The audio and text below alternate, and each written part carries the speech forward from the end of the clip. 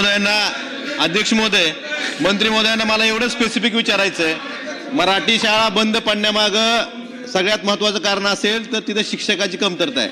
आणि 15 मार्च 2024चा जो शासन निर्णय आहे यामध्ये एक जर विद्यार्थी संख्या कमी झाली तर एक शिक्षक कमी होतो, पर 59 जर विद्यार्थी 60चे झाले तर एक शिक्षक कमी होतो. परंतु जर तो एक शिक्षक वाढवायचा असेल तर 16 विद्यार्थी वाढवावे लागतात.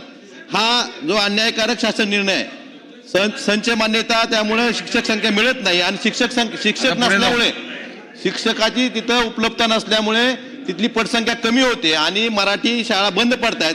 त्यामुळे हा 15 मार्च 2024चा जो शासन निर्णय आहे त्यात थोडक्यात शासन निर्णय बदल करणार का, एवढं स्पेसिफिक उत्तर मुख्यमंत्री महोदयांनी द्यावं.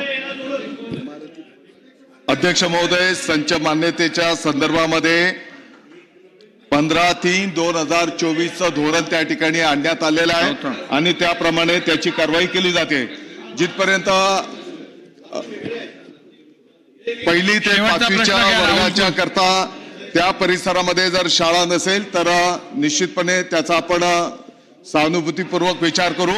परंतु 6 ते 8 वर्गाच्या करता 3 किलोमीटरची ऑलरेडी अट आहे. अबू आझमी साहेब, विषय असा आहे की जी काही पहिलीला जी ऍडमिशन आपण करणार आहोत ती लहान बाळ असतात आणि म्हणून त्यांनाही प्रवासाचाही जास्तीचा त्रास होणार नाही. जिथे शाळेची उपलब्धता नाही तिथे आपण सहानुभूतीने विचार करू. चला.